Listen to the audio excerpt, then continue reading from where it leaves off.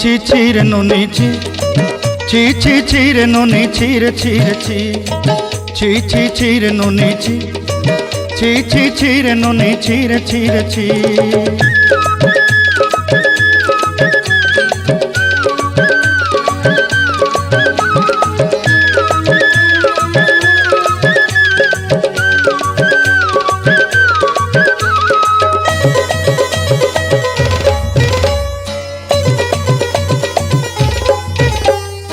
सरते दिनर संग हेबा काजे फाजल नहीं रेल सरते दिनर संग हेबा काजे गजल नहीं रेल बंजारुनी मार पाके जाई नियम करी रेल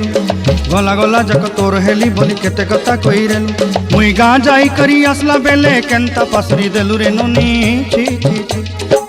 छी छी छी रे नोनी छी छी छी छी रे नोनी छी रे छी रे छी।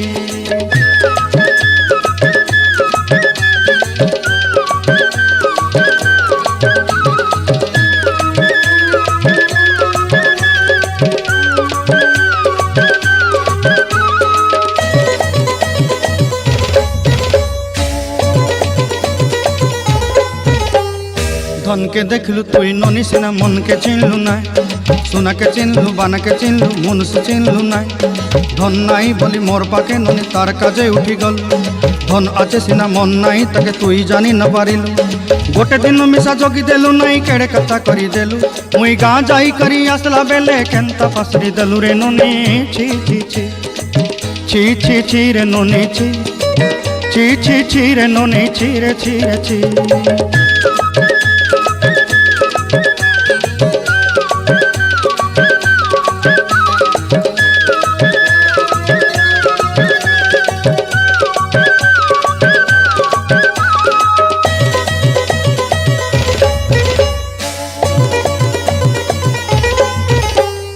तोर कथा धरी ऋण बाड़ी धरी सब कथा करी